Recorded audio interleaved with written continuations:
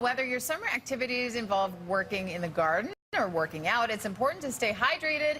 And when the heat really hits, proper hydration can be an even bigger challenge. So we've asked nutritionist Crystal Phillips of Branch Out Nutrition to drop by with some tips. Welcome. Nice to see you. Thank you. Welcome. You said to me that when you have a consultation, you spend like the first hour talking to somebody about hydration specifically. Yeah, exactly. And not even about that you have to drink a lot of water, but actually how you drink the water, when you drink it. And I always say to a client, I'm going to tell you hundreds of recommendations through the course of working with someone, but if these are the only two things that you take away, I would consider it a huge success. Okay, well, let's go to the flip side. What happens when you are not properly hydrated? Lack of energy is a big one.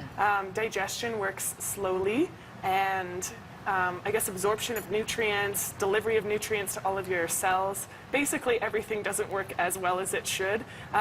If you're active, you're definitely a lot more prone to any dizziness or muscle cramping, that kind of thing. Okay, so a whole bunch of stuff can happen if you're not properly hydrated. Yeah. Is it as simple as drinking enough water? Yes, no, maybe so.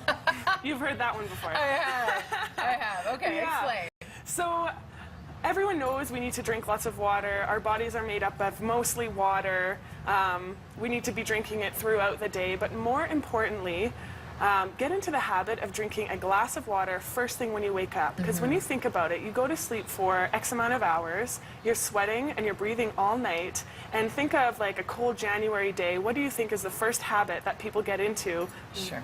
They'll drink a coffee. And you're basically telling your body, you know what, you don't need to make energy today. I'm going to synthetically inject it into you via caffeine. Right. And so we wake up in a dehydrated state. If we can get into the habit of drinking a glass of water, rehydrating, and then also giving our digestive system a nice clean flush and get us ready for digesting for the day.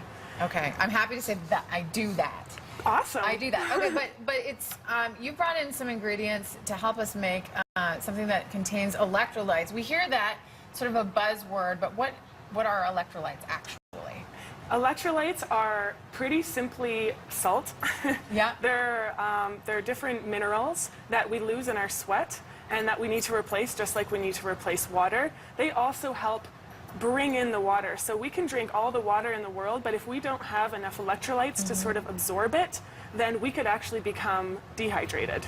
Okay, so you don't have to go out and buy one of those fancy drinks. You can make something yourself. So what do you have there? Okay, so I have my own little recipe, and it's been tried, tested, and true with lots of Olympic athletes and different active clients of mine that work out. And I only recommend that you would replace electrolytes if you're sweating for 30 minutes or longer. Otherwise, if you have enough regular sea salt in your diet, then drinking lots of water and having a regular diet is totally fine. Okay. But the minute you start exercising, the minute you start sweating, that's when you got to replace. And all it is Himalayan sea salt, lots of minerals, mostly sodium, which is mostly what you're sweating, lemons, and then also a little bit of maple syrup. And it's as simple as that. I believe the recipe will be on the website.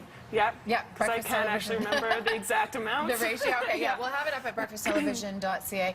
And then you have a package, sort of a prefab, if you wanted to have something just to simply add to your water? Exactly. So I never recommend some of the more commercial or electrolyte mixes just because of the artificial colors, ingredients in it. So I've looked around, and there's a lot of really great natural electrolyte drinks for a more convenient idea instead of making your own. So Ultima is one that I use and that I think is pretty available at a lot of health food stores, so that's the one that I brought in today.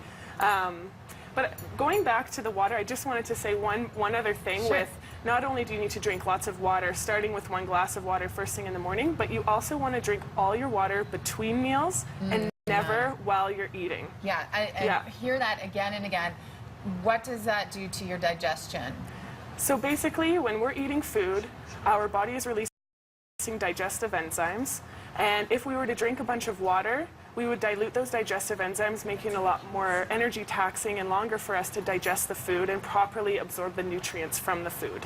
Okay, and very quickly, Crystal, before you go, approximately how much water should somebody be consuming? Is there a definitive answer? I wouldn't say there's a definitive answer because there's so many factors involved. a rule of thumb is you should never be thirsty, and you should be consistently sipping on water throughout the day. If you keep that, then you need to measure how much are you sweating, how hot is it outside, what is in your diet, is there water in the foods that you're eating? You have to ask lots of those questions in order to sort of find that nice balance. Okay, well, just keep it in your mind. I think that's key. Exactly. Crystal Phillips of Branch Out Nutrition. We'll have links on our website at breakfasttelevision.ca. Great to see you. Thank you for too. this.